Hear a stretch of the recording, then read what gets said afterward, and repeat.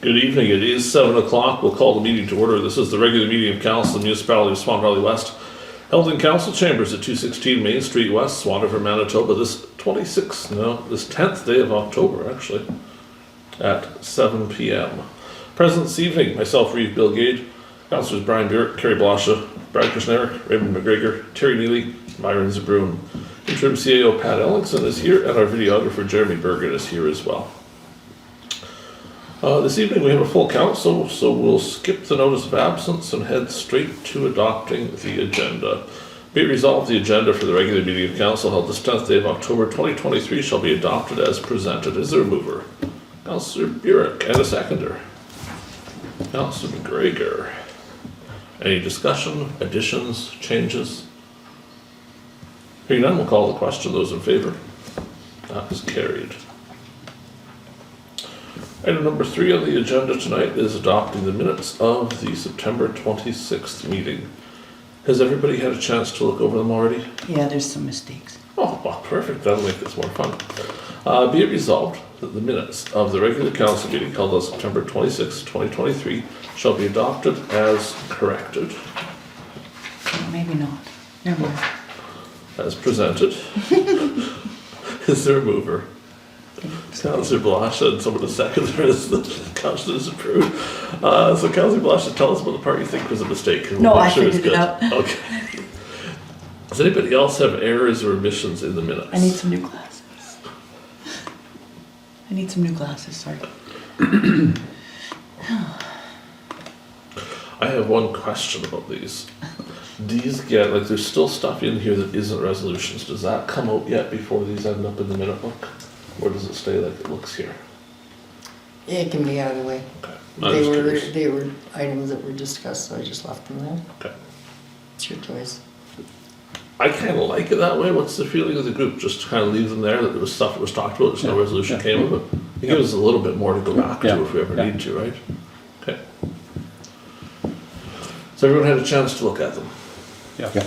Anyone want more time? Final opportunities for errors or corrections. Those in favor? That's carried. No general business tonight. We'll go to finance items. General checks. Be it resolved rather, the Council of the Municipality of Swan Valley West hereby approves the following payments. General checks number 19,210 to 19,244, the amount of $66,234.39. Is there a mover? Councillor Kushniryk and a seconder. Councillor Neely.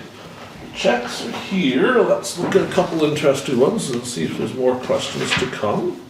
Airmaster signs. It says 55 road signs. That's not necessarily totally accurate. There's also some brackets on there and some square posts as well.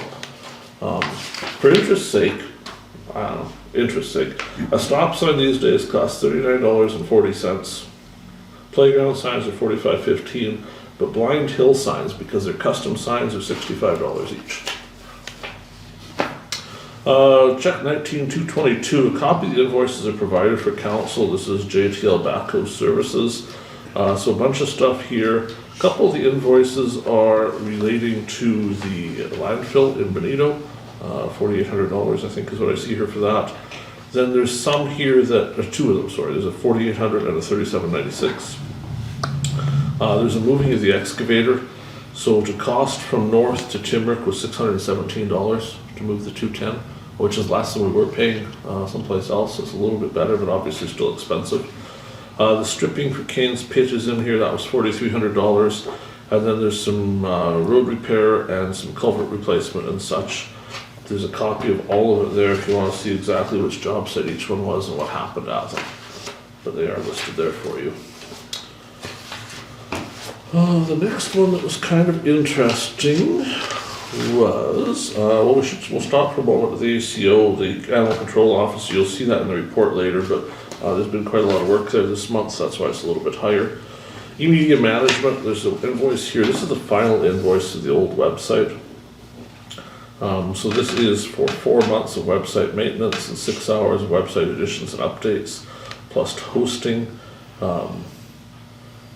So a total of $400. And what we understand, this is now the final invoice. The website's been moved and that won't be occurring anymore. Former motor says it's for a safety inspection. The reality is that's for parts, torque rods by the look of it, 4 of them. The safety itself is on a different invoice. Mr. Hamlin's check relates to the animal traps we approved at a previous meeting. John Deere Financial, the biggest amount there, the $2,300, is for a shaft for the mower, unit number 33. The PTO shaft was broken on that, so I had to replace. That's what they cost these days. Beaver control, some beavers went to meet their cousins that were already in beaver heaven. Road 170, 192, and 194. Plumber's die, we'll talk about that a little later on, but believe it or not, we spent $156 on that. And none of us turned blue, it was great, but seriously, the story's yet to come. Some of you that arrived early for the meeting were treated to the discussion on check 19237, that was with Pitney Bowes. So continuing to discuss the postage meter with them. So there will be one more of these invoices. They have assured us that the meter will disappear from here before the end of January and go back from whence it came. So as a recap, we pay $1,607.12 every 3 months for the privilege of having a postage meter here. That does not include any postage. So that is coming to an end the moment we're over the contract. It will be going away. Part of that, and I hadn't seen the breakdown of this before, but I finally got the breakdown. The meter itself is $127, but the thing that hooks to it to feed the envelopes in is $393 every 3 months. But then for whatever reason, someone signed a contract for street sweeper software that allows you to send marketing materials to people anywhere in Canada. That costs us $736.47 every 3 months. But it's on a non-terminating contract. We can't get out of it. It's a $114 fee every 3 months in case we call for service on the machine because we asked for upgraded service. $39 in case we have trouble with the software that we don't use, and $24 for us to be able to use the software on our mobile phone. It astounds me. Anywho, I'll stop grumbling for a little while. Garbage transfer, if you're curious, that's the Swan Valley Solutions one. That is a September invoice, so $912 for 1 month of transfer services. That is The Bozeman to Bozeman to Swan. It was emptied twice. So it was 2 empties, $220 per empty. Services to Seniors Grant, we talked about that previously. TNC Trenching is here for $12.79. That relates to the lagoon. We'll talk about it when we get to lagoon. Timrick, some repairs, unit 52 and 51 I see on here. Remove cylinder, dismantle cylinder, clean and inspect, remove seals, install seals, assemble, test, reinstall. That is the one grader. Oh, don't quote me on this, but there's a cylinder that makes it pivot in the middle. That's the cylinder that was at issue. It had stopped in the spring, but we couldn't get it out ourselves. So it took some work and got them to do it because we couldn't get them to remove it. There's another invoice here for the removing and replacing it for some of it. And Talis one over just utilities. Any other questions on checks tonight? Mr. Burick. I noticed nothing from Cooks. Is graveling completed? Graveling is completed. There will be one small invoice to come. It hasn't arrived yet. Okay. They had substantially completed the graveling 2 weeks ago, except then they realized they forgot a couple roads, so I went and picked those ones up and finished them off. Did that 20 miles get done that we talked about at the transportation? As much of it as could be done was done. Okay. So another check then, eh? Another check next meeting then, okay? Likely, there was a check last meeting for a substantial amount for crushing. For There'll be crushing, more okay. crushing fees yet to come to. Okay. All right.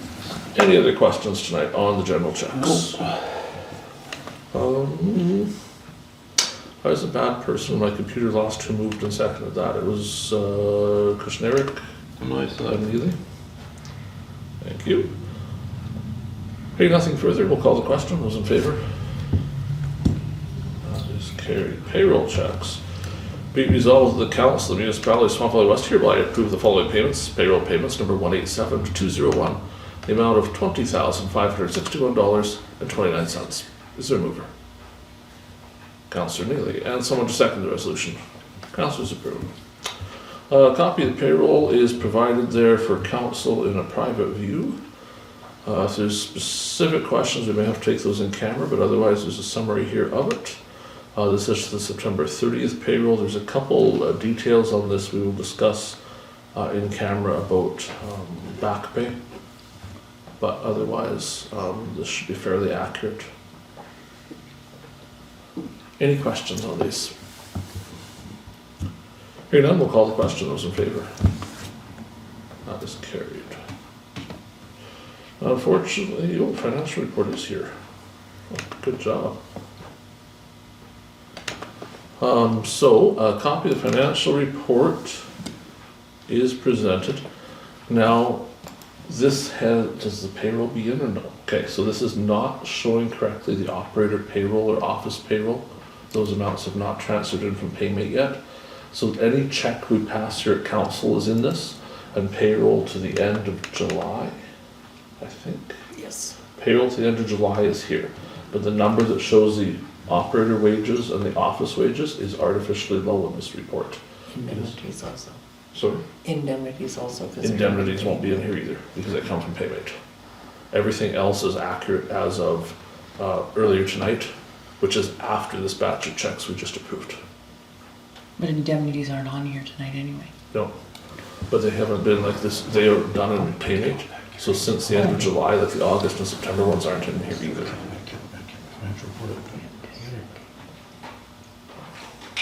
You might have to go back and then You want a resolution for this? go back and then go back in because you gotta refresh it. Yeah. Shut it off. Well, it's just I as. didn't have to shut it off, I presented just for went you, into it so- and then back, and then Yeah. then it just appeared. Let me just, Because it doesn't come up for me. okay, how do you close this out? Can you close this out so it looks like this? I let shift F5. We'll force to reload.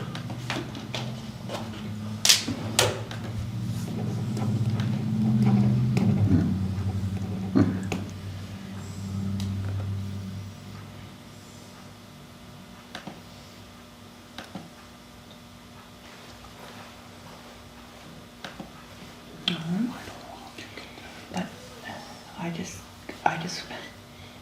I go here. So if I shut the whole thing down, start up again, it should pop up?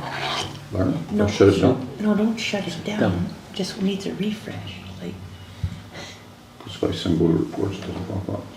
okay, see, let me see. Can I see? See it right here? Oh, here. Let me just do this.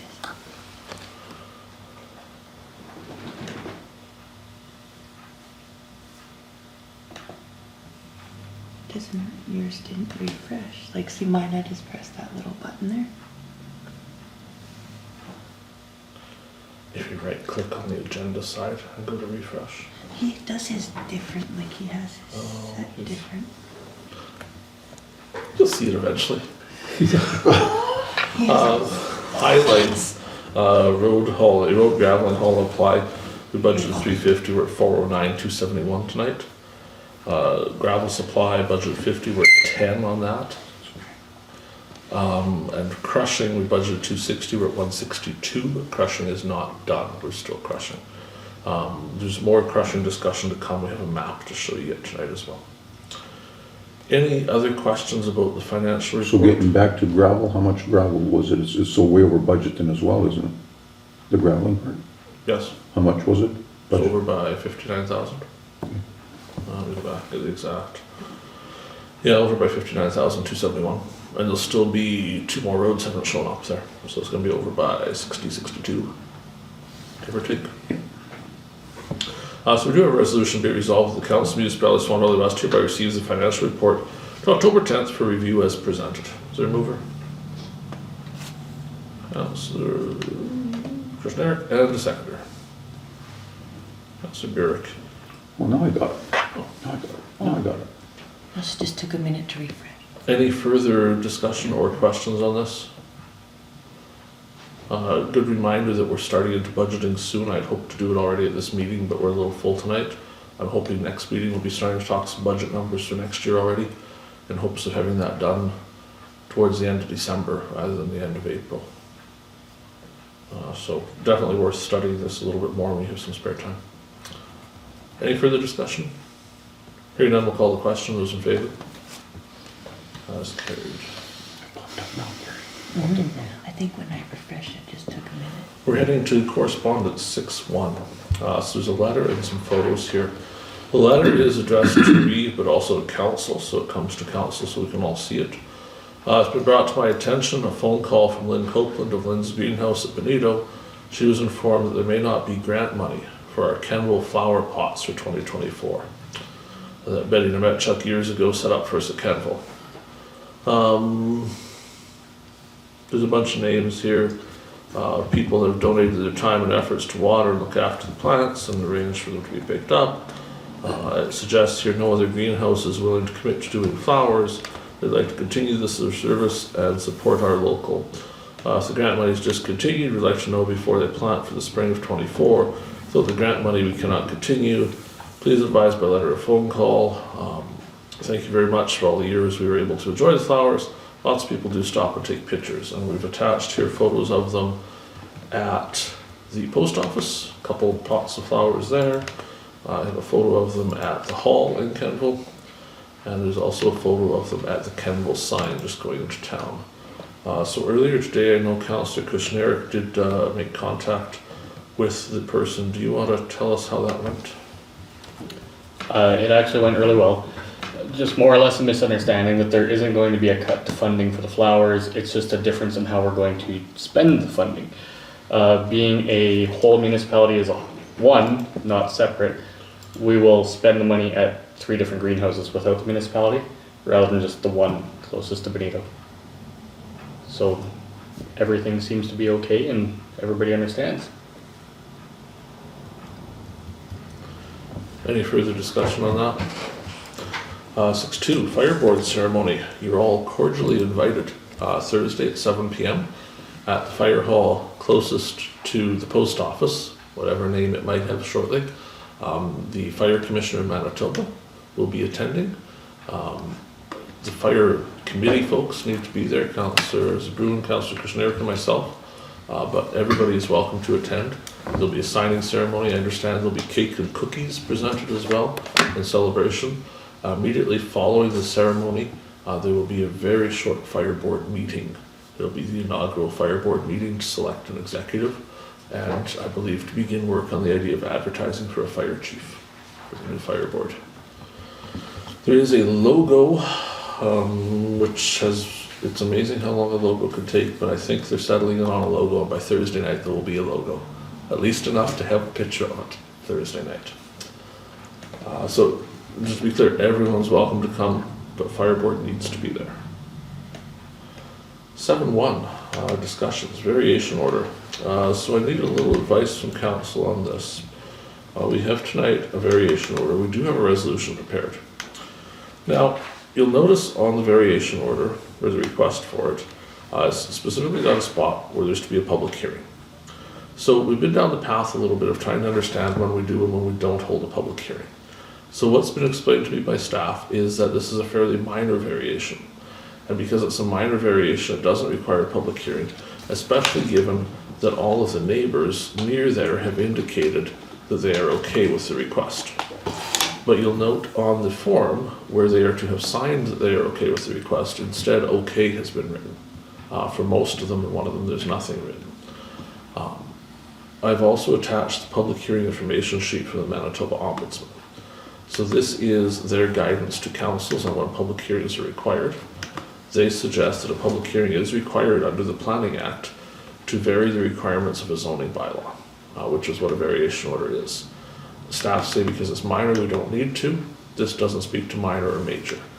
Is it the will of council to just pass this tonight, or do you want to have a public hearing?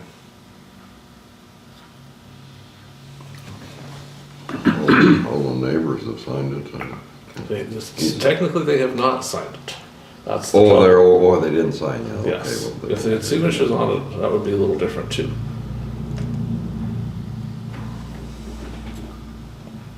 The variation request is to change from the 10 acres, which is allowed in the bylaw, to 13.5 acres.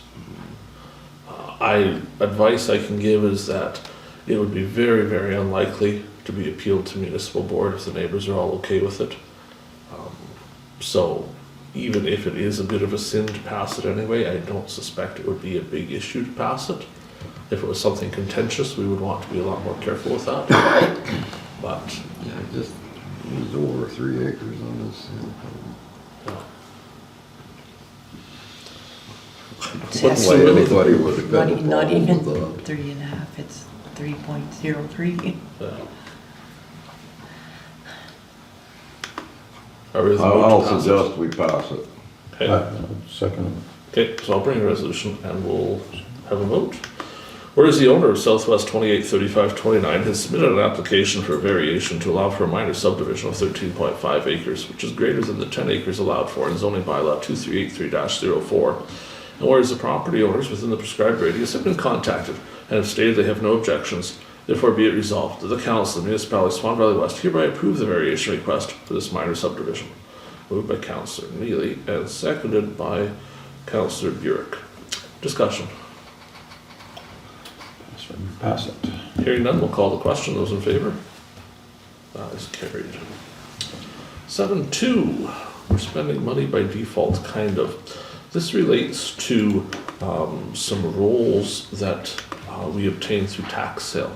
So specifically roll 122600, lot 13, block 1, well, I'll read them in a minute.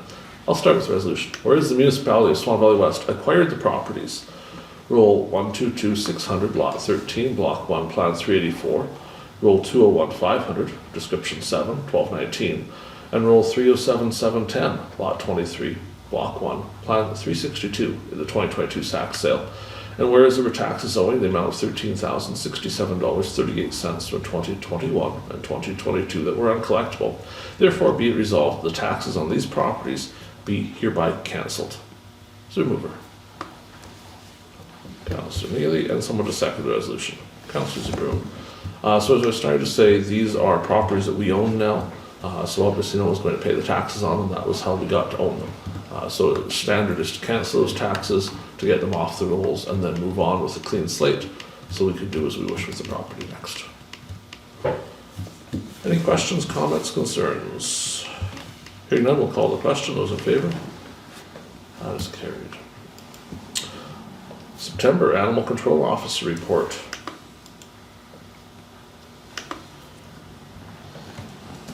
Be it resolved, the September report from the Animal Control Officer be received and payment for services be approved as presented. Is there a mover? Councillor Blosha. Someone to second the resolution. Councillor Kushniryk. Copy of the Animal Control Officer report is attached. I can advise that the Animal Control Officer has been rather busy. There's been some concerns about dogs in the West Wind Road area, which is just out to the edge of Swan River here. There's been some work done there with traps. There's been some impoundments happen as well. The reports in the last few days that the problem has quieted down significantly. So people are keeping their dogs at home, which is what we would hope they would do. Is there any further questions or discussion on that? Hearing none, we'll call the question. Those in favor? That is carried. 7.4, crushed gravel. Attached to the agenda is an aerial map of Kane's Pit. You'll note volume 1, the very nice large gravel pile that goes around the corner. 20,605.45 yards of gravel in that pile. That is our crushing that is reserved for next year from that gravel pit. That is not all of the crushing we've done there this year. We've crushed several thousand additional yards that were already applied to roads this summer. But the 20,600 is to be sat there and left now for next year for gravel application. That's for the south half of the municipality. They're moving to the north shortly. We'll be crushing 15,000 yards in Big Woody. They're then heading back towards the Benito area where there's going to be 1,000 yards of 1.5-inch done. So we have some, our stock of that is depleted. There's also 10,000 additional yards of traffic gravel, and there's some debate on whether we're paying for that or whether they're stockpiling it and selling it to us next year. Because we may or may not have a budget left. And we'll see if it appears. It's the last thing on the list, so certainly if something's going to run into weather issues, that will be the one. But the hope is that they will have time to crush 10,000 more and have it sitting. And then if there's budget able to be spent this year on it still, we'd be able to buy it, otherwise we could buy it next year. So at least the first 20,000 is done. The next is the north bit. This is better gravel than the North gravel by far. Like the North gravel's Yeah, not I that was just great. wondering if we could get some of that trucked up this week. What do you think, Brian? Some Well, of that, the gravel they put on this year was not good. So Not good. this year, Cost, yeah. this year they used up what there was for stockpile north, and it was particularly bad. The hope is it will be somewhat better than that in the north, but some roads did have this bonito gravel trucked in, which is part of how we overspent the budget so bad. So certainly we'll have to do some of that again next summer. Some of those roads are going to need this other gravel because it has more clay content. You know, especially roads that have had the sandy gravel for many years. Well, they They used use to shot mix clay. clay in it at one time. We used to clay mix that. What was it, 7% clay we had, or 5% clay? Or at least, yes. Something like that. But when they're crushing, can we do a spec on it or we can't? We should be able to. We can go there and do whatever, but unfortunately we probably can't change what they're, like, we can tell them we don't like it, and we can stop them if we want to. But it isn't just necessarily the raw material there to go get better gravel from that Thing pit. is, that they That's all they got to don't, work with, Dave. Yeah. they don't have the product to work with there. Yeah. Yeah, it's not like they're purposely picking a bad spot in that pit, that's just how that gravel is. It's not great. So how much more would it cost, say if we hauled gravel from the King pit to the north? An estimate, like, I mean, we don't know, but $2 a yard a mile.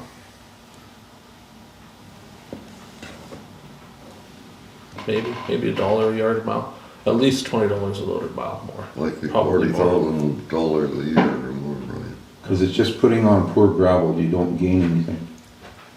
Like what they put, where does Minnetonka's get their gravel? In the Kreiderman pit? What they put on by Griffiths there on 224, that was day and night. Day and night. From what we put on, and it's put on, it was just like pavement.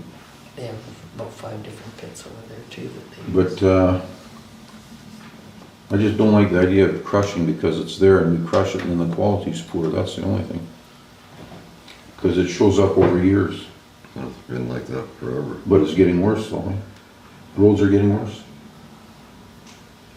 They're better now than they were a few months ago. We'll give them that. Any further discussion on that crushing? There's no resolution there, it's just information tonight. 7.5, gravel tenders. So draft tenders are attached. If you saw an earlier version of the agenda, it had a 2024 date in here. So we backed that out and put 2023 back in. Our fear was that somebody would accidentally pull this off the agenda and have the wrong tender document when we do go to tender. So we purposely moved the dates and what you're seeing so it doesn't look like valid documents. But this is, one of these is for hauling. And we're here to have some discussion on how to do that this year because it didn't go so well last year. Or well, this particular year, the other is for crushing. So the crushing is a little more straightforward. The crushing contract we have expires at the end of this year, so we have to tender for crushing. What's been talked about, Scott and I have discussed it some, Pat and I have discussed it a bit as well. For crushing, I was considering if we should be issuing a tender just for the Alpine pit and be issuing it now. So people have a chance to go look at the Alpine pit and see if they can make a plan for it.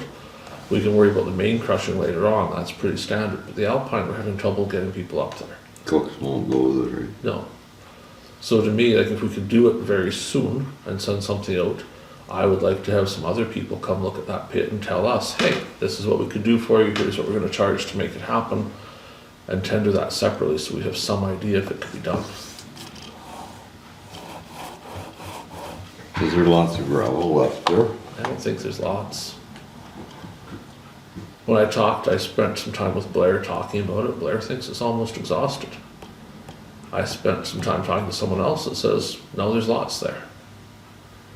So I just don't know. I know they don't like Blair's the one going that doesn't want to go up there. Exactly. They've never wanted to go there. It's always a separate tender. I think we should have somebody else take a look. What do you guys think? Who crushes for Manitoba? I don't know. Strukuski, is it Strukuski or? Well, him and Barry are friends, but I mean, I don't know. There's, put it on the list for in camera, there's a issue with crushing, from a previous year that you should be aware of as to why other people may not have bid. But that will have to be on camera. But I think, if everyone's agreeable, I think we'll work towards doing something very soon for getting, basically an expression of interest more than anything. Just who's willing to come, what are you gonna charge for it? And give us some idea and hopefully get some people out there to look at it before it Maybe there's snows. more gravel there than, It's possible. What Blair is saying is there's 8 to 10 feet of overburden. well, That has that's to why be they removed. don't wanna go there. No. But there's also, I was talking to somebody that's been up there looking at it, and they were talking about over time, as people, because so many people go into the pit and take some gravel, no one's really done well by the pit, so just take where it's easy, right? Even if it Right. makes it harder for somebody else later. So there's been a lot of that go on, where there's been some rocks set aside. Well, now the rocks are on top of the gravel, and so they're falling into the gravel, and no one wants to go move them, because that would help somebody else out. Need somebody with a bulldozer in there, clean the place up. Yeah, and that might well get us access to some more gravel. So, if everyone's agreeable, we'll work on that here in the next couple of days and try and get some interested folks up there to look at it. Well, there could be some good gravel, even if it's only for 2 or 3 or 4 years. I mean, at least then they'll tell us that there is no gravel up there. We'll know where Then we'll we stand, know. yeah. Okay, we'll do that. Shorter haul for all them roads over there. I think we'll worry about the main crushing contract in a few weeks' time, because that's not as critical, because whether there's snow or not, that won't make a We got huge difference. 20,000 or more sitting already, right? Yeah. The gravel hauling, so what's attached here is what the tender was, but nobody bid on this tender lot in the 2023 year. And to go by the hour. How we ended up by the hour. So we've been discussing some ways to make changes to this. So there's quite a lot of terms and conditions here. There's also some fairly hefty penalties, which probably discourages people. We've spoken to a few local contractors that are scared of bidding on the entire job because they think it's so much they couldn't possibly do it with their resources, and they get caught with it not done, and they get in trouble and they lose their shirt on it. So one of the recommendations has been that we split it in half. So we do a north and a south hauling, in the hopes that we might get some more bids for those. Whether they're hourly or not, we prefer not hourly, we prefer by the mile, but make it so that smaller people could haul as well for us. Get done quicker. Yes, Would we be looking at like 2 contractors, like one for the south and one for the north? conceivably, Get done at the same time then? exactly. And to me, I've spoken to a few of them, and some of them would be very good at it, but they don't have enough trucks to do the entire municipality in 40 days. Yeah. And so they don't want to start down that path and fail miserably at it.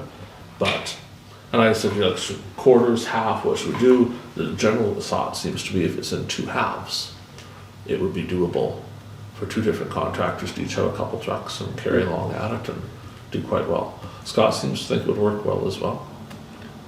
Are we gonna have to do it by the hour like they think? Any of these guys? May well turn out that way. It's certainly been rough doing that way this year. We've learned a lot of things about how it works by the hour, that we must change how we manage that process next year. It's been, No timekeepers. well, that's a lot of it. We need, for several years, we haven't had a gravel checker. I don't think that's an option going into next year. There absolutely has to be gravel checking going on, because it just, and even if nothing has gone wrong this year, and I hope nothing has, we can't say for certain that nothing went wrong. Yeah. And we need to be able to say, no, we know this was fine. Now we owe it to the taxpayers to. So, I'm going to work on this a bit. I think at the very least, I would suggest in there that we still want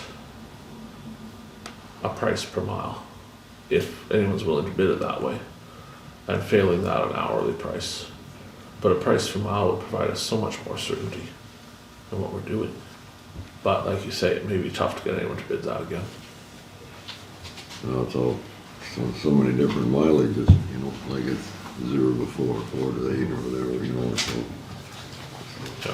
Harder for them to figure it out like that. I totally understand why the contractors are interested in. And that was just a summary I'd done of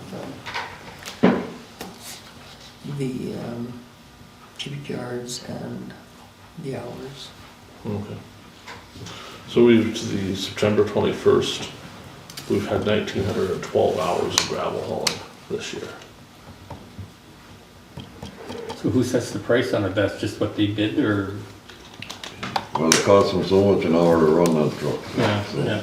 They bid so they make some money on it. Now, if they're gonna bid on a job with 0 to 4 miles, 4 to 7 miles, 7 to 10 miles, 10 to 12, you know, that's a lot of figuring. Yeah, yeah. I mean, that's a lot of fiddling around to figure out how many miles you're gonna Yeah, travel. so you charge by the hour. Let's just charge by the hour, and if they want it, they can take it. If not, we're not doing it. You know, like, So this year, what we're paying for a 6-axle unit, 22 yards, is $152 an hour.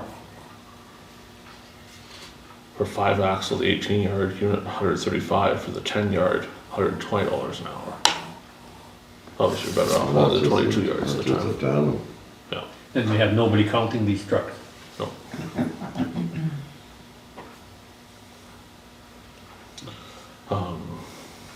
Yeah.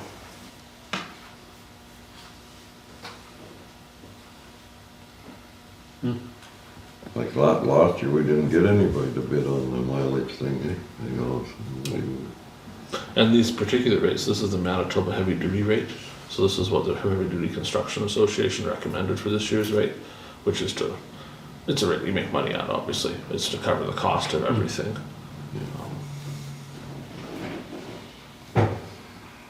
Even if realistically we had 2 smaller contractors or just 2 contractors period, even at these same rates, from our experience this year, it's been pretty poor. We'd be better off splitting it in 2 Yeah. and having 2 different people working at it.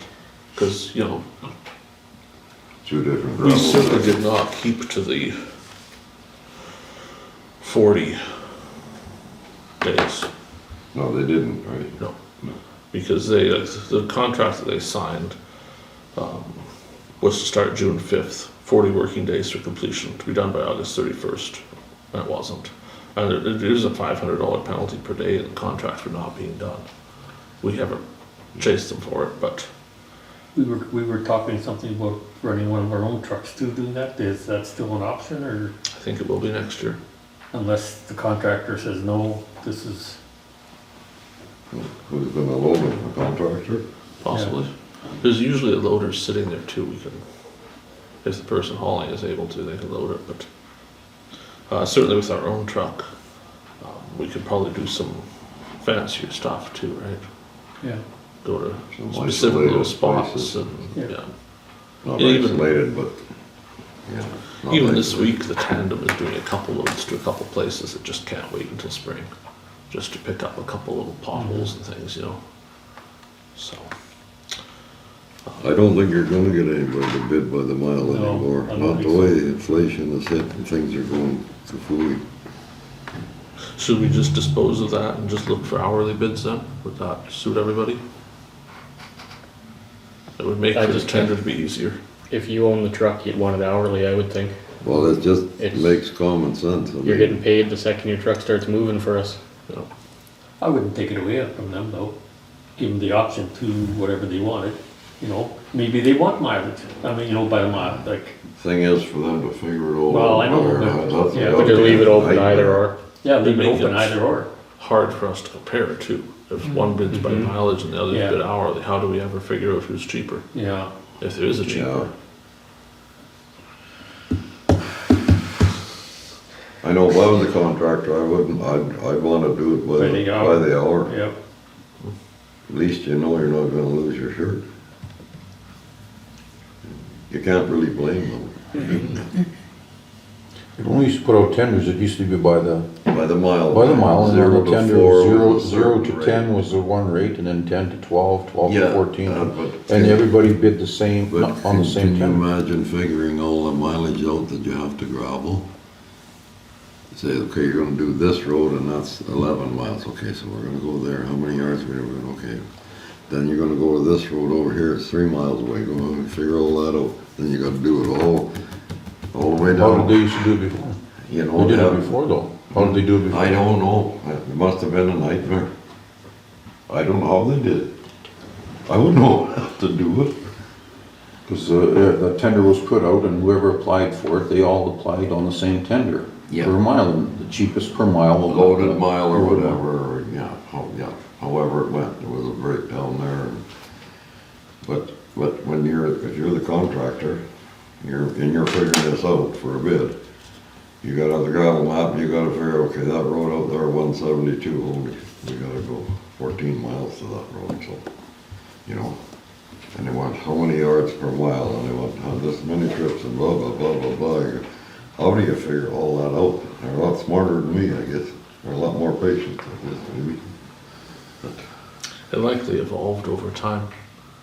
Yeah. This is what I bid last year, I need 10 cents a mile more this year, so use the same numbers out of you. Yeah, because Yeah. those times it was the same people, year after year. They knew. Are we be able to split it in half? Yeah. Okay, we'll work on that. And the hourly mileage thing, do we leave both or do we go just hourly? I'd put them both in, Okay, so we'll give them the option. I'd You say want give bid them by an option, loaded then mile. we can compare, but yeah. by the hour, does that mean Yeah. the slow trucker makes more money? Yeah, but he doesn't get as much done in a day, right? They still get the same paycheck. All right, I think we have enough from that. 7-6 Fall Convention. Be resolved that council members of the interim CAO be approved to attend the 2023 AMM Fall Convention to be held November 28th to 30th, 2023 in Brandon, Manitoba.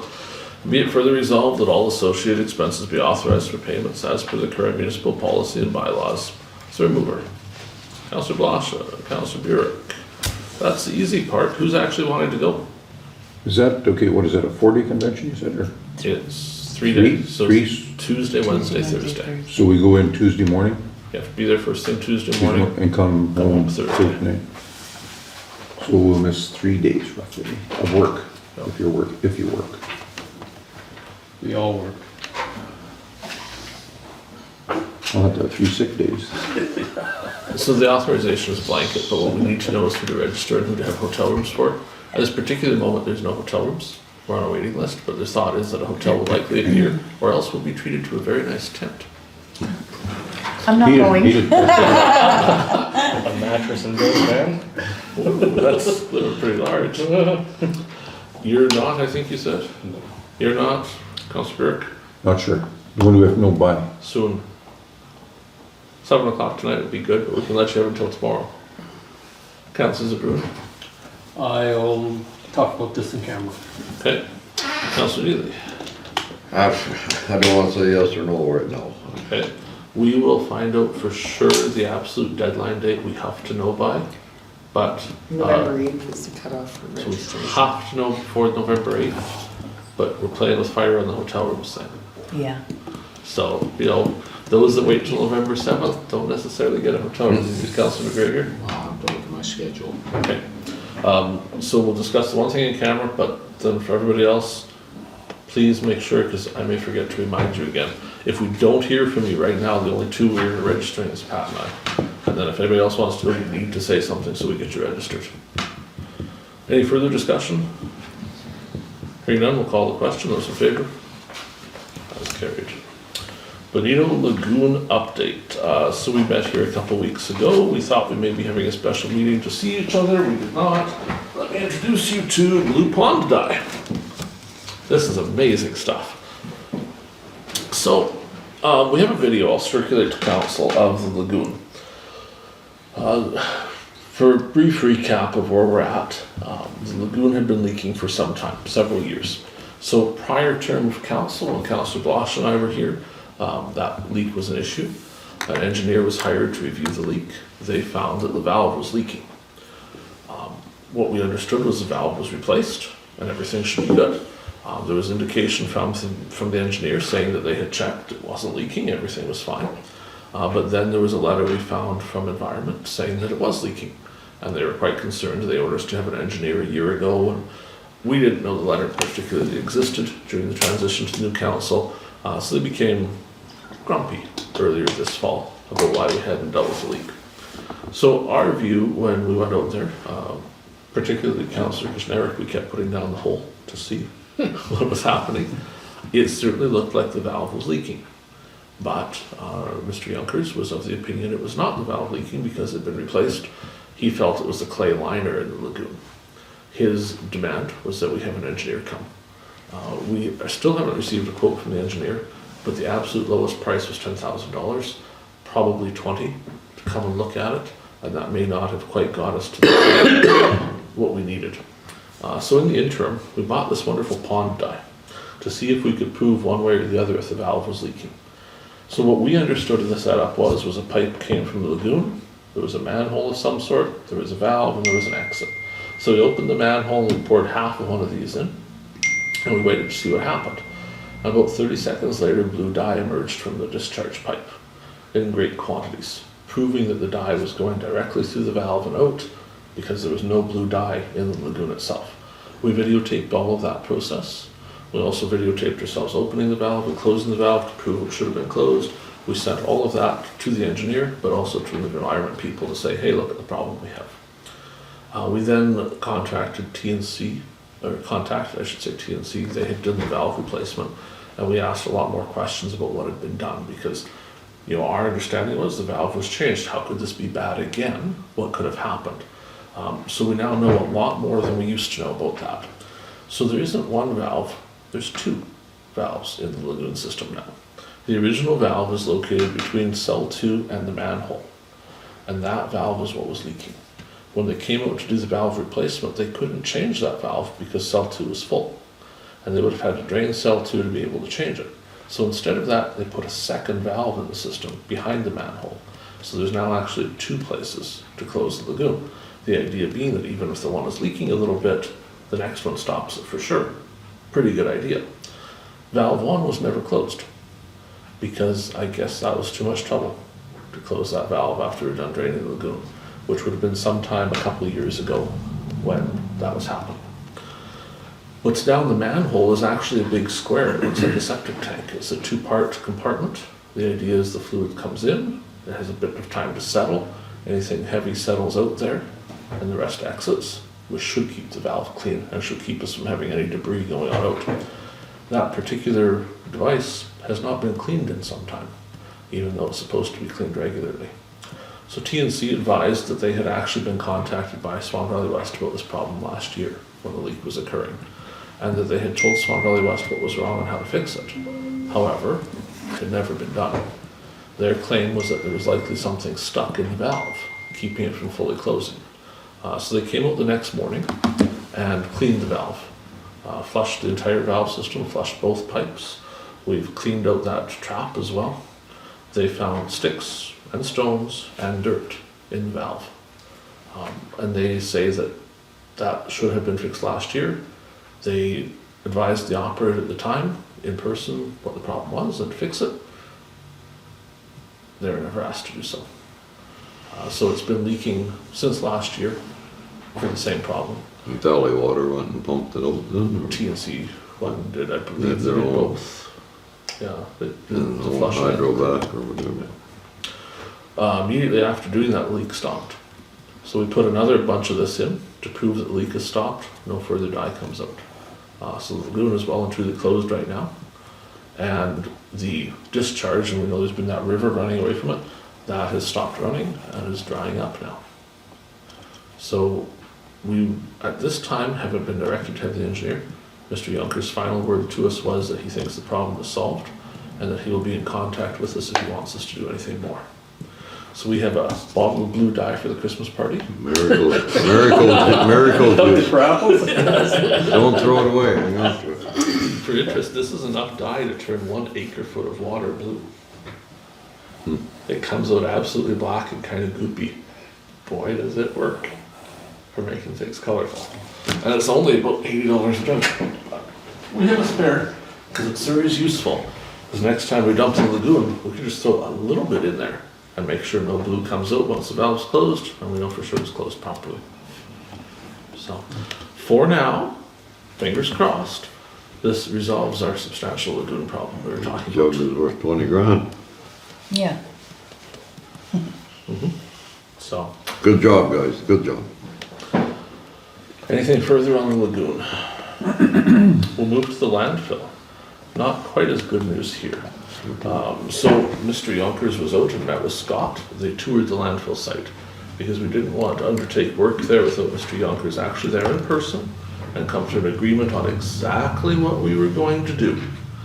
So the first look at it, there was a lot of vegetation, there was a lot of debris, there was some garbage laying around. So Mr. Yonkers explained to him what he wanted changed. We took several of our public works staff in there. We've cleared the debris, we've cleared the vegetation, we've smoothed. We haven't moved dirt around. Mr. Yonkers asked us to not move things, but we have made it so it's easy to be seen. He came back for a second inspection. He granted us an extension to the deadline to have it done till snowfall of this fall. So he still wants it done. There is about 2/3 of the site that still needs some capping done. So Public Works has been arranging for Mr. Podolsky, but also possibly some clay from Mr. O if Mr. Podolsky's isn't enough, to complete the site. They're intent on having that done yet before snowfall.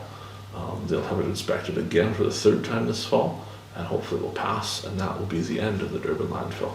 We can then remove the signs, remove the gate, and possibly relocate the gate to someplace more interesting like the Alpine Pit.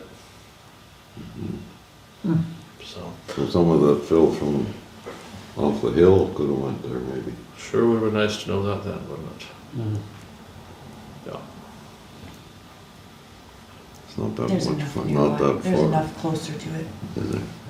Yeah, I think the general consensus is we should be okay. Yeah, there's enough. Worst case, we'd go dig some of the other stuff out of the pile we put it in, but we'll probably be okay. What's his idea of how it should look after? It's just He wants it to be nice and smooth and clay. in then- clay. For clay, and then after that, he doesn't care. We can put some dirt on it and seed grass if we want, we can let weeds grow, whatever.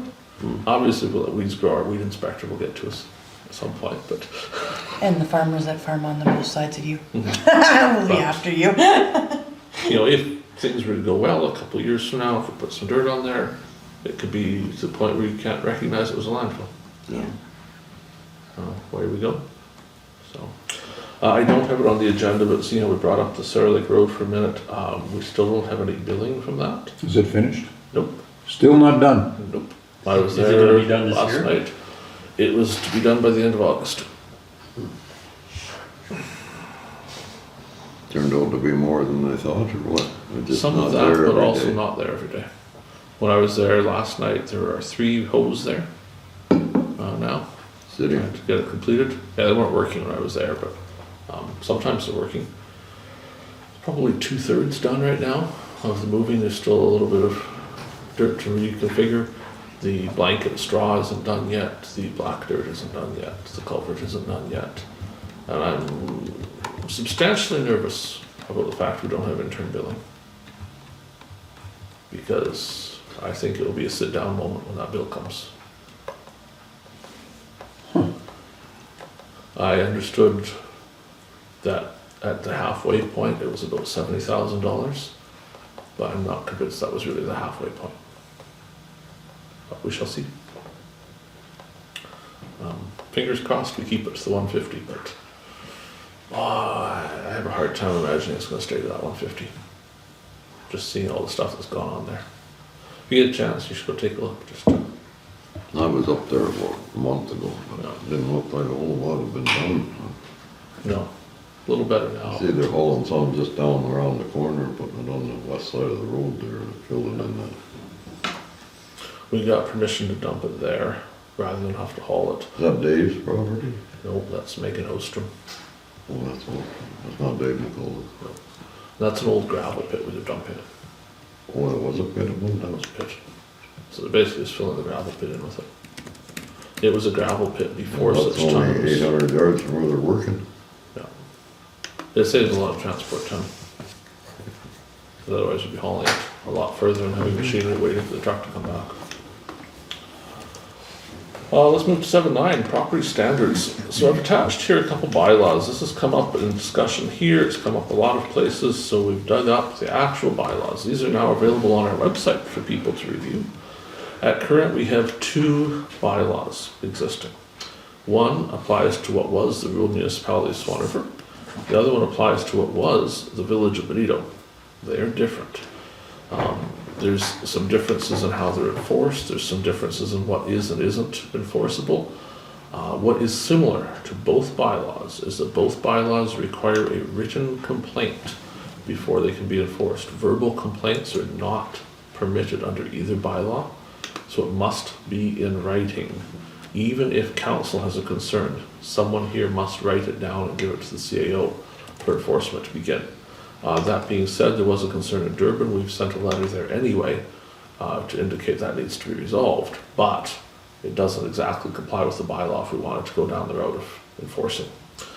There's a few other issues here, and so there's a resolution prepared for us to consider. What is at issue here is trying to come up with something that makes sense for us to enforce that maybe still isn't perfect. I'm of the belief we need to make one bylaw for the entire municipality that should differentiate between urban areas and rural areas, and that we should put some real good thought into what is different. What do you have to do in an urban area that maybe isn't as important in a rural area? So we have a bylaw that actually we can say, this is the actual rules, stick to this, rather than saying, well, it's an alpine, so it's okay there, but if it's right beside Benito, it's not okay. Because right now it's so wishy-washy, it's hard to deal with. There's a couple points in the rule one, 3D,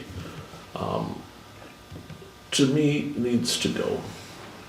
3D provides for the storage of motor vehicles capable of registration under the Highway Traffic Act or Off-Road Vehicles Act, which are not registered, unless you're a dealership. So any vehicle that's not registered in the rural area is a violation of our bylaw and punishable. Even if it's an ATV on your farmyard that you never have registered because you only drive around your farmyard. Which to me is just, I have no interest in chasing that. I don't know if anybody else here has interest in it. So I'd like to suspend that. And there's all the other parts, 13 and 14 of that one, and 10.2 and 10.3, provide for us putting people in prison if they violate this bylaw. And that seems a little heavy-handed. What we've seen in the past with these particular bylaws when enforcement has gone down, Swan Valley West has issued fines to people, but the bylaw provides that the fines are only issuable upon summary conviction, which means we would have to go to court as a prosecutor and prosecute in King's Bench Court a charge. If the charge was proven and a judge ruled, the judge could issue the fine. But on several occasions in the last 6 years, fines have been issued to people. To my knowledge, I don't think anybody has actually paid them, but some of those fines have been $10,000 or more that have been levied against people and then moved to the and with the intention of taking their property away from them. That's not legal under the bylaw as it's written. So my suggestion is that we suspend those as well. We simply leave the portions of the bylaw that we can order you to fix it, and if we fix it, we can charge you for fixing it. And that we then undertake a process of making a new bylaw. But it's critical we have something we can enforce. There's some complaints pending in Kenville. There's certainly a complaint in Durban that we need to deal with. There's some complaints in Benito. There's some substantive complaints in Benito that at the very least we should be sending out letters and giving people deadlines to try and comply. But it would be really nice to have something that would be somewhat enforceable without us saying, and if you don't do it, you're going to prison. It's gonna be somewhat controversial between, to differentiate between Kenville, Durban, and Benito. They're all sort of small communities, but Benito's a lot, okay? The rest, they're rural, right? So how are you gonna differentiate between a house in Kenville and a house in Benito? Or do we have it all the same? I don't know. Under these particular bylaws, they're different. I know. I think in the new bylaw, they need to be the same. To my way of thinking, we need to look at where the urban area of Benito is. It's more than just the Lund. There's an extra the other half side of the mile street, around it. That urban area, if you're in this populated, what we would call Benito, that may not technically all be Benito, but we would call that all Benito, that should all have the same rules as everything that's Kenville, it's everything that's Durban, that's everything that's right around Swan River. If you're in the town, here's the rules that apply. Benito. And those rules would be, when you read some of this, there's things about, if you have a really big mess, it has to be behind a fence. That makes a lot of sense, right? If you have a fence so you can't see it, Not a Your town. buffalo fence either, No, like a right? I nice. mean, it's yeah. gotta be or if somebody has, like you were talking 3D here, they got a big shed, and they got vehicles stored in there. That's I fine. mean, what's the matter with Yeah. that, right? Whereas if you're in Benito and you have 3 derelict vehicles on your front lawn, And that's a little different. that's different. You know, what happens in Alpine if you have some mess out behind the barn and you don't have a fence? Oh well, have a nice time, right? Like, to me, that's where the difference is. The difference is, you know, are you in this high density area? We have all these people right there, or are you out in the country where, mine are thinking in the country, unless it's really gonna kill somebody, it's your property. Have a nice time. Why do we wanna be there telling you what to do with it? We care if there's weeds blowing onto the neighbor's yard. We care if you're bothering a neighbor. And if you're not bothering a neighbor, let you live your life, It's one thing when you're 5 feet apart, it's another thing 5 miles, you know? The pending complaints in Kenville mostly relate to garbage, piles of garbage on some property, which, like, it's attracting rats, it's attracting all sorts of critters. And can you imagine living beside that? Like, that's gotta go. In Benito, there's some concerns about piles of, it's not garbage, but, you know, piles of old vehicles, piles of old equipment. There's a half-destroyed building put in a pile. That sort of stuff isn't acceptable, I don't think, in Benito.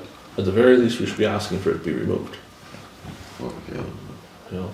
Why would Starting somebody down that want that path. in their yards in the first place?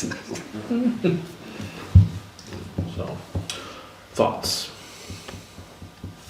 I think we're 6 months or more away from a new bylaw. Well, this is I think gonna it's gonna take take some time, time. which is why, otherwise, there's a suggestion, well, why don't we just get rid of these bylaws and make a new one? Well, then we'd have nothing.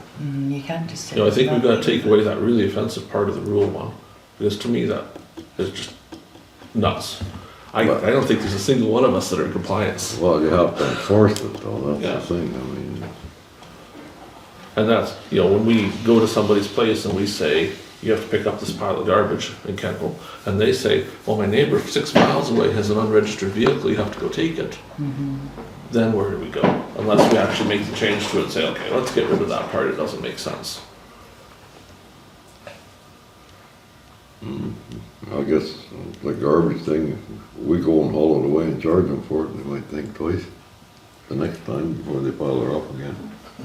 I Add it don't, on their tax. I don't think we wanna be in the business of that either, though. No, we It's don't, but gonna I be mean, expensive. Yeah. but I mean, I might have to make an example or something. Yeah, I don't, So the resolution is written. We'll take a peek at it. Whereas the existing property standards bylaws of the LUD of Benito and Municipality of Swan West are still enforced, but council disagrees with some portions thereof. And whereas it's desirable to further consult on the updated bylaw to replace the current existing rules, but that some time will elapse. And whereas the current council deems it expedient to suspend certain portions of the bylaws from enforcement until they are repealed, therefore be it resolved that sections 3D, 13, and 14 of bylaw 238104 and sections 10.2 and 10.3 of bylaw 0113 be suspended. And be it further resolved that any person who's been imprisoned under the now suspended sections be released from jail and have any existing prison terms commuted. And finally, be it resolved that any person who's had fines levied under the now suspended sections and that such fines remain outstanding, have the fines cancelled. Is there someone that would like to move the resolution? Councillor Burick. Someone to second the resolution? Councillor McGregor. Further discussion? Hearing nothing, we'll call the question. Those in favour? That's carried. so we're gonna sit down then and We will have to. do some work on this at some point. Yeah. In the meantime, if there's a concern in your ward or any of the areas, because obviously lots of things are stuff in other areas too, it needs to come in writing. It will not be enough to simply say to the CO, hey, go do this. It has to be written down. If somebody calls us, just tell them, write Write up it a down. letter and take it to the office. yeah, that's fine. So we'll get started on some of that. 7:10, the council meeting. So some guidance here. AMM falls on November 28th to 30th. We have a council meeting scheduled for the 28th of November. We also have one scheduled for December 26th, Boxing Day. So, As written, we're gonna cancel the November meeting, but do we want to, or do we want to move it? I think Here's some I think we options. should move it. We could move it 1 week, and we could move the next one 1 week. Yeah. So we had 2 in December, but it was the first and third Monday. Because otherwise, like if we cancel them both, You're gonna get backlogged. Yeah, that's Yeah. got too much back, too much. Should have. it would give us, if we did that, it would be December 5th and December 19th. Would that be livable? Well, it's not Valentine's Day. It isn't. No, that's not bad. It's not an anniversary either, so. Yeah, that's fine with me. Okay. Okay, how about November? Just one meeting for the month of November then? Yeah, it's a 14th? shorter month anyway. That's gonna be a long stretch, isn't it? From 14th to the 5th. Well, then we'd only be 1 week later after the 28th if we had it on the 5th of December, right? Is that what you're saying? So I think if we go the week earlier, it's too soon. We don't want 2 weeks. It'll be a 3-week span, Yeah, do the 5th and then a 2-week span, and then Christmas holidays and stuff, then we'll get back to normal. And it'll be 3 weeks again to that first one in January, won't it? The 19th. That's okay though. So that would be because the all those 9th of holidays in January. there. Nice, Yeah. yeah, so Most not people are bad. away. there'll be 1 3-week period we don't have a meeting. And November 17th and 21st wouldn't be good? Or not 17th, 7th and 21st, that wouldn't be good? Or you don't wanna do that? So everybody's suggesting 17th and 21st? No, 7 and 21. Because their next meeting in October will be the 24th, and then have one 7th of November and 21, is that good or no? That's too close. I'd like to move as few as possible. Is that good? I'd like to move as few as possible. Okay, okay, no, Just that's fine, cancel the one that's in fine. November and It's just the like, other two and then it'll- Councillor Neely said, it's gonna just bottleneck everything. Well, if we don't, but there'll be one I like span that, of what you 3 said. weeks we don't have a meeting over the convention. It's not too much. No, 3 weeks. Okay,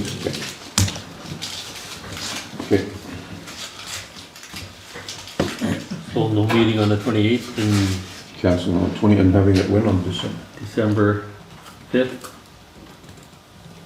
Yes. 1st and 3rd of December, Tuesdays. And switch the other two. You said Monday, or you're thinking, or was that Tuesday, so those weeks? Still this Tuesdays. The 5th and 19th. The 5th and 19th, what days are those, Brad? Is that a Tuesday? Yep. Okay.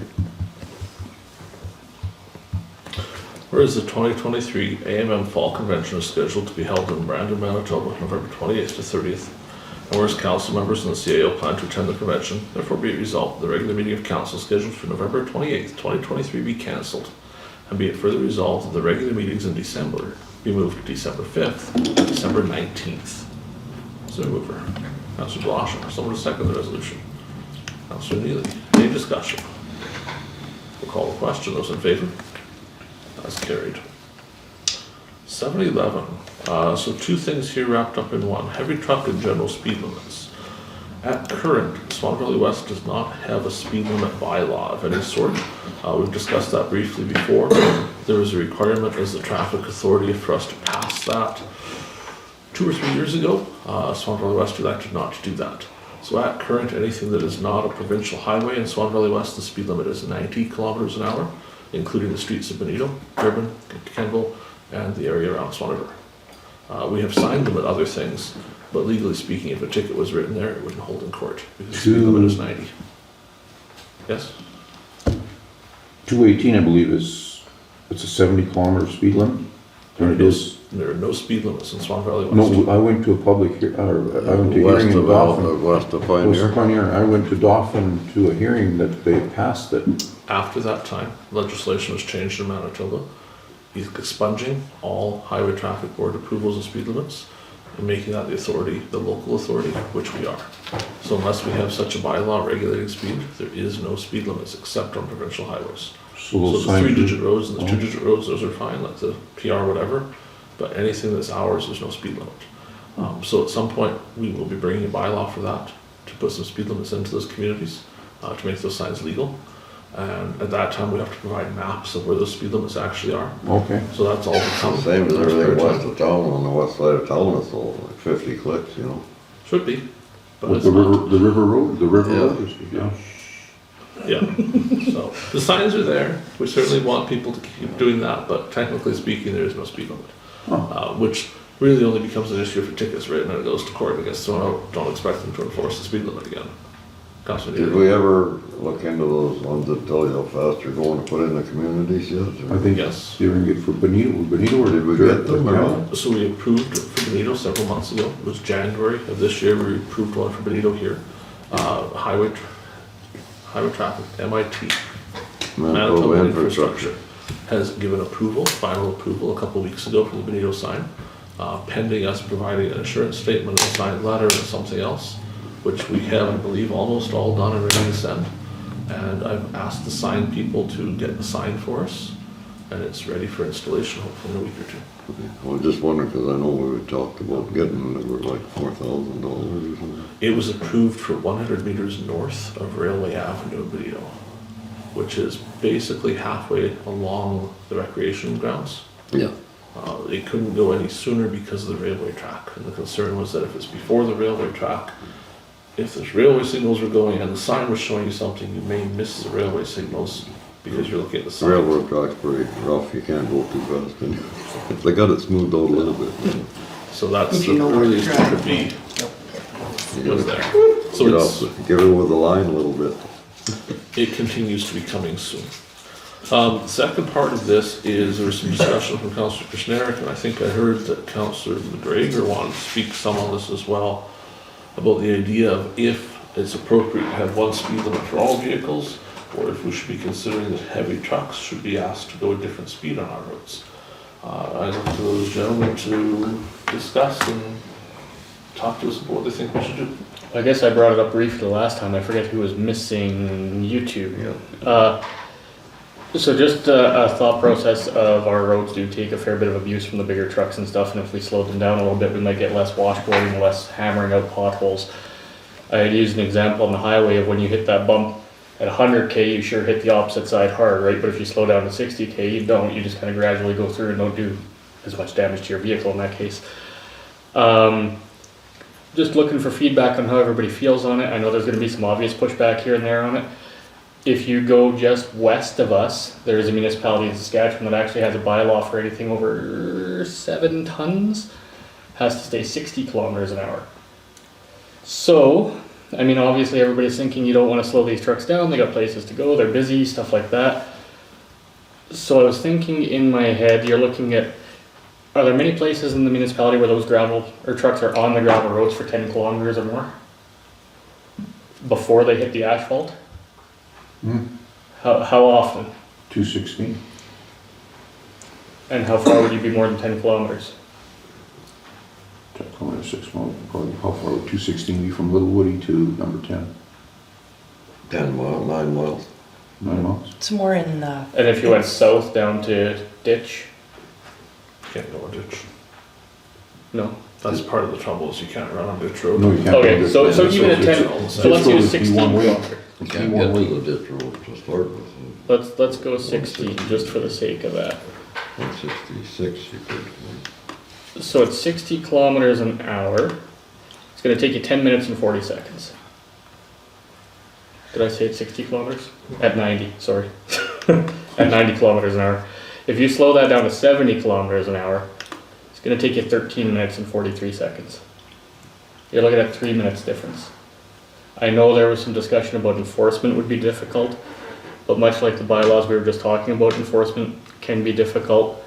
If we're afraid of not writing a bylaw for enforcement, then do we just not write bylaws, right? So the vast majority of people do follow the rules just because they're there, not because somebody's watching.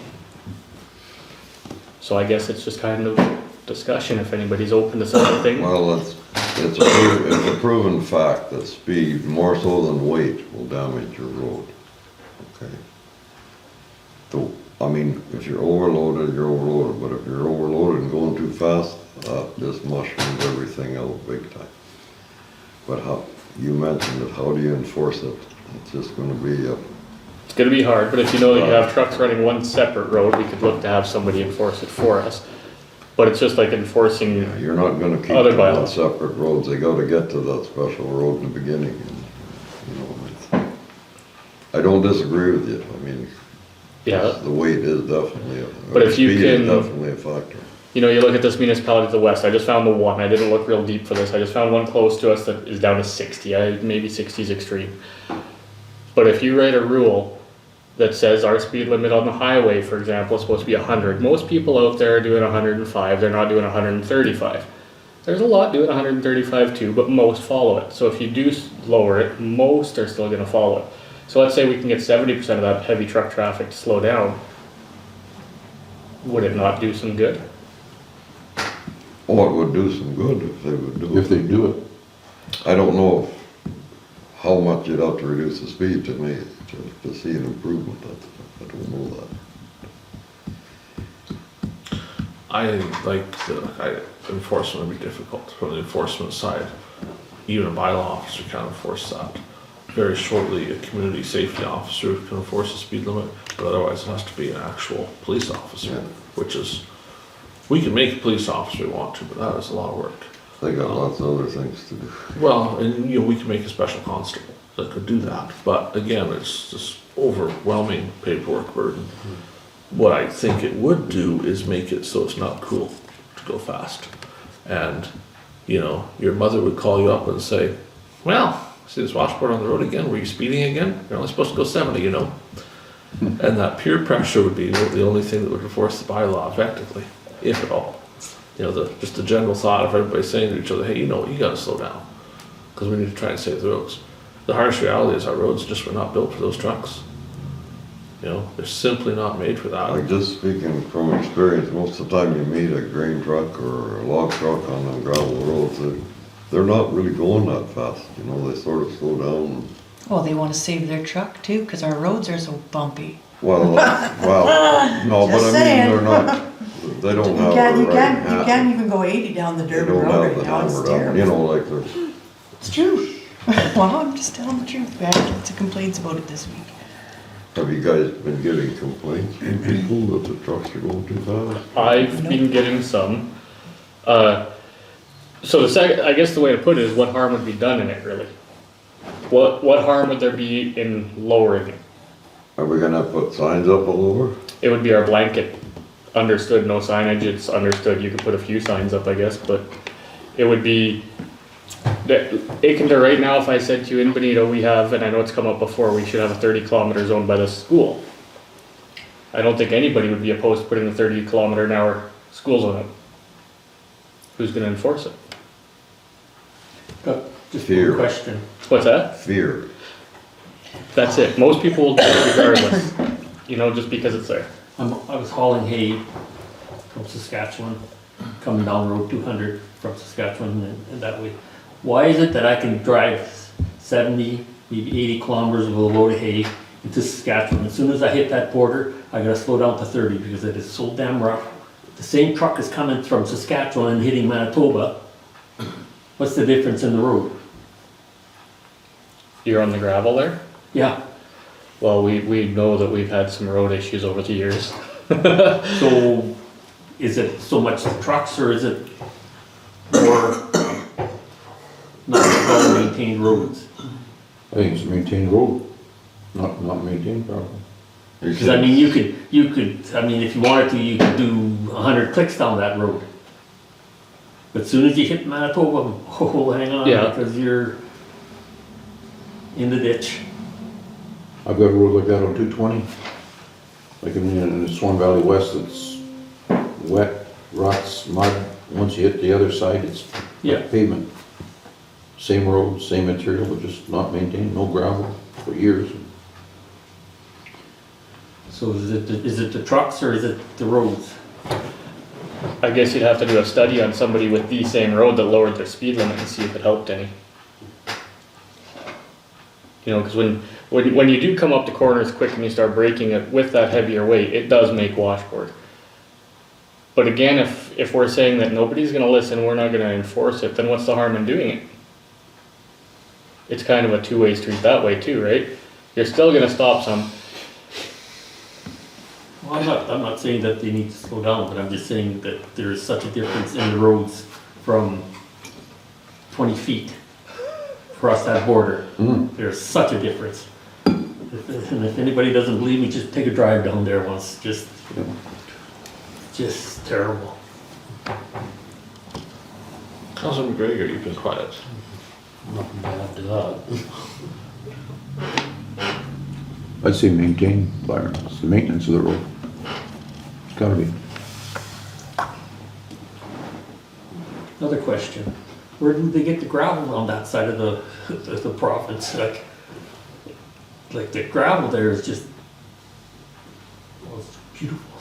Well, it's just like Coming when- from the same place ours is. Yeah, that's what I'm just like, if it's coming from the same place, what's wrong with this It's not picture? coming from St. just like Louis. Manitoba, the other side of the They boundary, got some pits. It's a different there pit. And where else?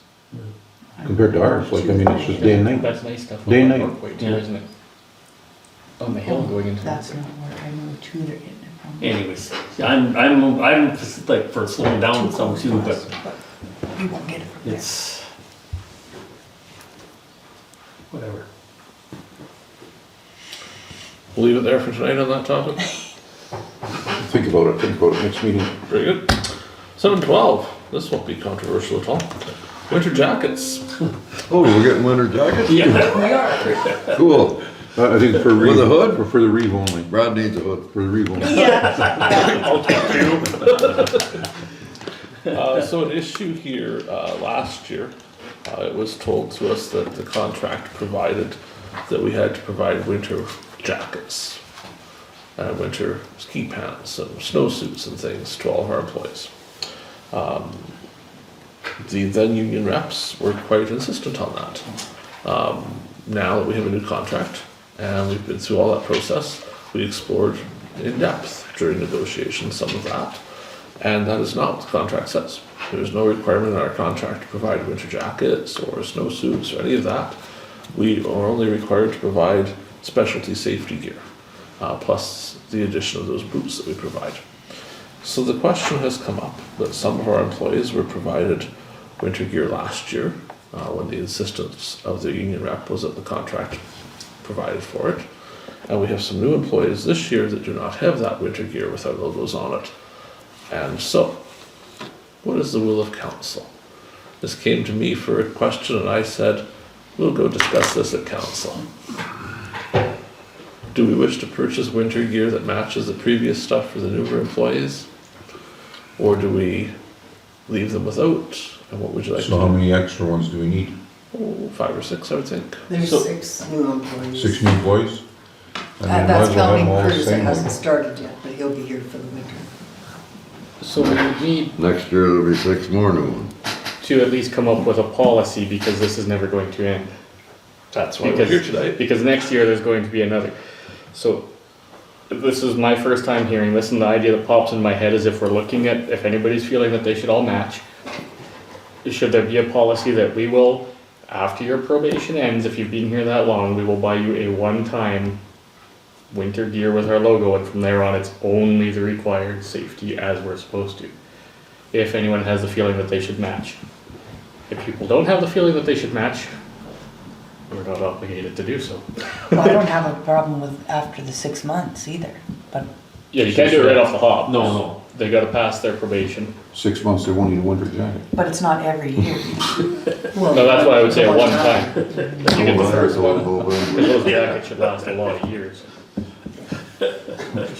But It's a never ending thing once you start it. We've all been here more than 6 months now. Yeah. I can't get it too. I'll get you Thank you. So, yes, Yeah. after 6 months, Well- one time, is that what I'm hearing? Or, Yeah, not every 2 years or whatever. No, no, I'd say it's once time, but don't you think now, like? and so once in just for devil's advocate The purposes, ones that got them a year ago figure it's, we get one every 2 No. years or get a new jacket or whatever. say 3 years from now, we hire an employee, they receive this jacket, and all the employees that have been here have 4-year-old winter jackets, and so They're all how come worn they out. get a nice new one, Yeah, and I have this old crap? Is there any answer for that other than It's just just a this is how one-time it is? that's what I mean, where do you start? It's a one-time purchase, once only.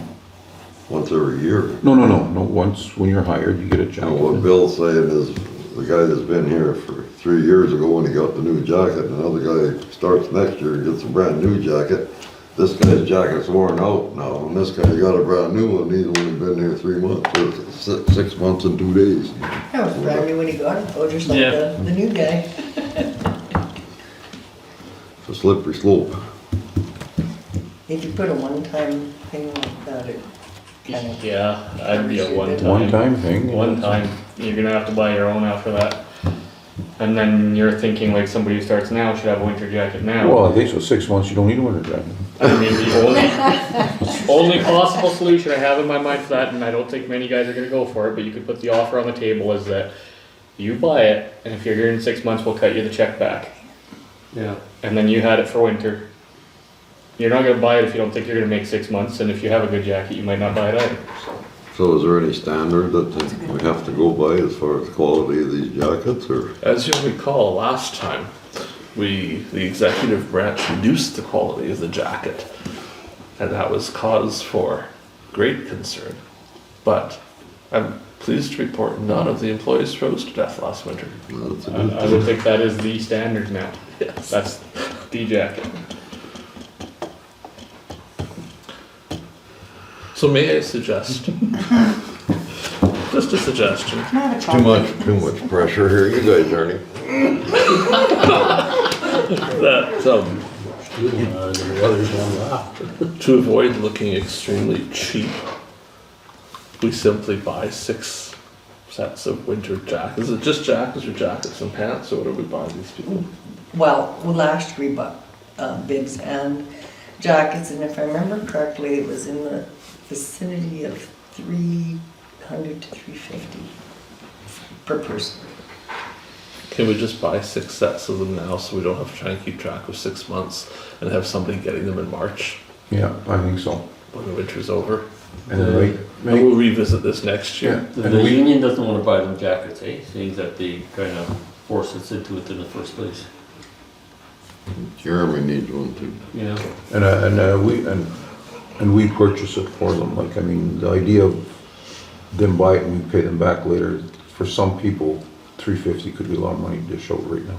Yes, and it's more administrative work. Yeah. Just buying, everybody's got the same, is it gonna be the same jacket or different? I think that they would still be Yeah. able to supply us with that. Yeah. Well, they And go it wasn't that they were inferior quality. They to were Work World, or where they just go there and order them, or what? 734 apparel. Or something, Yeah, okay. that's where we got them. We sell them that too. Yeah, I'd say, like the Reeve says, do it, done with. Very good. We'll take half of it off of Councillor Burick's and Hell, you could take it all off of it. Yeah. over Half $2. is very little, half of half. Let's move to committee reports, shall we? We'll start with Councillor Zbirun. Nothing. Councillor Kushniryk. Nothing. Councillor McGregor. Nothing. Councillor Blosha. I have no committee reports since our last meeting either, thanks. Councillor Neely. I was MIA for 6 weeks, so. no. Councillor Burick. No committee reports at this time. I guess in the nature of our lagoon visit, it's up to Papa Smurf. I didn't get any on me. I was very careful. We were so afraid we were gonna turn blue. Just one. So then, let's go through some stuff. Many of you missed a rousing G4, G8 meeting, which we had last week. It was in Birch River. Unfortunately, the CAO and I were the only two from Swan Valley West that were able to attend due to a variety of issues. Some people went to extreme lengths to miss the meeting, like Councillor Burick. He came up with one of the best excuses I've ever heard to miss one of those meetings. Yeah. We discussed a few things that night. Medical recruitment, which you've heard the update here before about how that all went. We discussed school division. They have invited the mayors and Reeves to a meeting coming up in November. They're looking at making some changes to how the schools work in Swan River. So instead of perhaps having schools that have K to 5 at 2 schools, having a building that's K to 2 and one that's 3 to 5, among other things. So they're looking for community input on that. So we've been invited to attend and talk about that with them. The school board did attend the meeting, but they had to move a meeting. So we discussed that it would be really nice if we scheduled these so it was a meeting night they could attend as well without having to move something. It's kind of nice to have them there. We talked a little bit of RISE update in there, which you folks have heard already because you get the advanced preview of many of these things at our meeting first. The town talked about the GIS program, the RCMP officers. So there's a bit of a revised estimate there. Originally, we've been talking 600,000. We're now talking up to 750,000 per year for 3 officers. So they were feeling out if anyone had $750,000 they wanted to donate to the town. No takers immediately, but certainly it's something for us to keep talking about. I just don't know how they ever pay for it. I think there was some hope in the group that perhaps the new government would see fit to paying for something like that to see if it would help out. The Portage La Prairie program that we'd heard about before being very successful is now ending because Portage La Prairie has determined they cannot afford it anymore. So they're stopping the program. We had a presentation from the citizens on Patrol Group, which was riveting, to say the least. I could probably add to that in camera, but nothing that would make me look like the bigger person to say it here in public. But there was certainly a presentation of that, so we can discuss that later. The ask that was asked to the group, I several times asked if there was a point of them being there, if they wanted something from the municipalities, such as money, which is usually what people show up and ask us for, but they indicated there was no use for any money for the COPP program. They simply don't need any. But the rest of it will have to go in camera. I don't think I'm missing anything else in that meeting, am I? That was most of it. I can advise that we will discuss in camera a union grievance that we have received, but it's our first union grievance we've had in some time, and I believe it's being withdrawn already. So we should pat ourselves on the back for that. But the details to come on that. Fire board, as I mentioned, will meet Thursday night, but prior to that, a signing ceremony. So a reminder of that. One of our employees contacted me today to indicate that they had a confrontation with a ratepayer. So the name of that ratepayer will be shared in camera, but I can tell you that it didn't particularly end well for either side. There was a lot of profanity involved and such. So we'll have to discuss that a little further, but as a general view, trying to watch the meeting, we certainly appreciate if things don't get out of hand like that on the side of the road with an operator, because certainly everybody has strong feelings, especially this time of year, but we need to find a way to do that without becoming abusive either way. There was a horrible accident. We talked about it at the G8 meeting. We had a moment of silence there for the victims. We didn't do that here just because some time had elapsed. We did it there as all of the municipalities at once. But I can advise that Swan Valley West did provide force memorial at that scene. There was some concern that had been expressed that nothing had really been done. We had a lot of people that were having trouble having an outlet for their grief. So we provided flowers and lights, so we placed them in the ditch there. So there's some sort of memorial there. And certainly since then, we've seen a lot of people stopping and adding to that as well. So I just wanted you to be aware we did that. Certainly we don't do that every time, but given the scope of what happened there, I felt it was important we do something to make sure that our citizens in the Greater Valley had some sort of outlet for that and could do some stuff to remember some people there that unfortunately aren't with us anymore. The old Bonito fire truck, it is currently at the fire hall that's further away from the downtown area, whatever it's to be named shortly.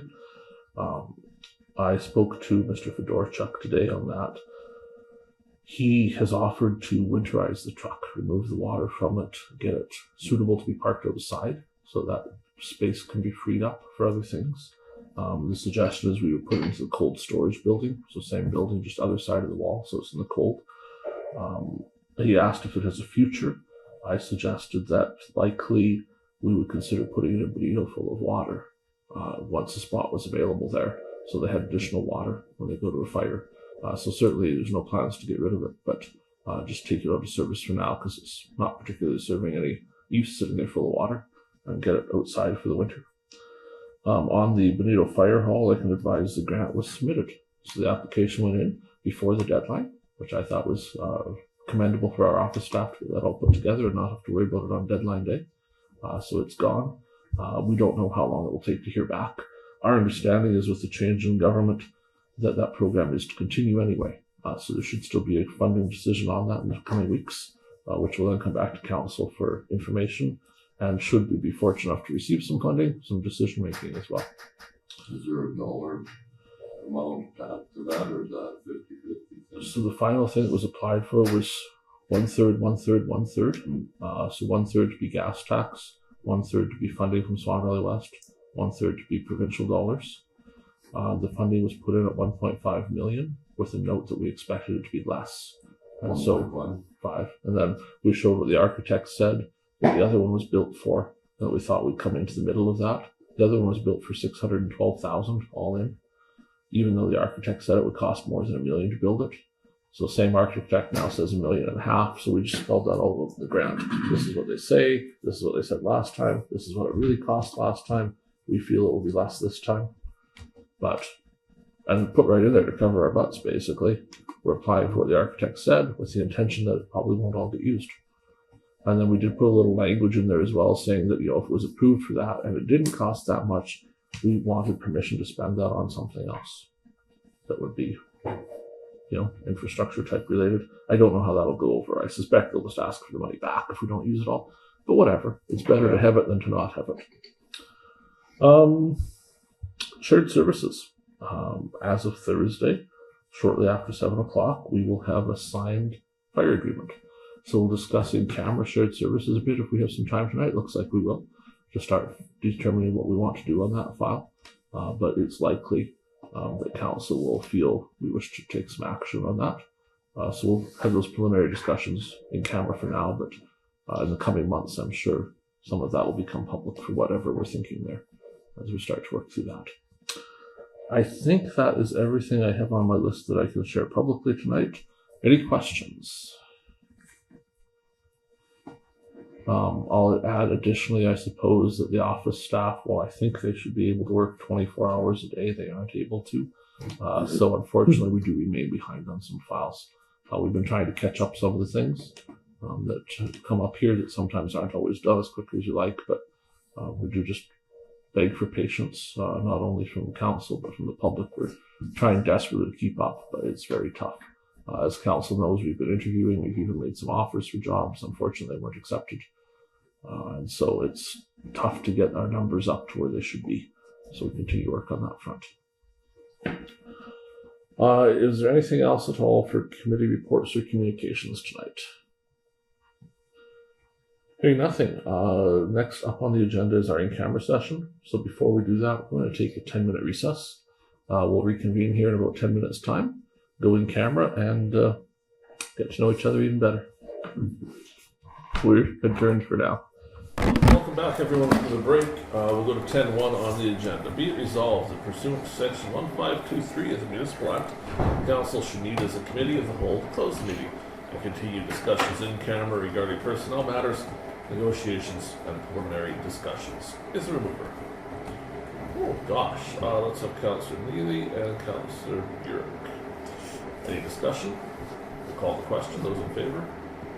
That's carried. So coming out of the in-camera session, is there any resolutions that we're bringing from in-camera tonight? I don't think there were any. Does anybody else have anything they wanted to bring from those discussions? We can say we've given staff some direction on some HR matters, and staff also has some direction on the shared services matter. Any notices of motion to present tonight from anyone? Hearing nothing, we'll move to number 12 on the agenda. Be it resolved, this meeting shall now adjourn at 10:04 p.m. Be it further resolved, the next meeting is Tuesday, October 24th at 7 p.m. Moved by Councillor Blosha, seconded by Councillor Bye. Any discussion? No, sir. Those in favor? That's carried. Yeah, Oh, right. Thank you, everyone.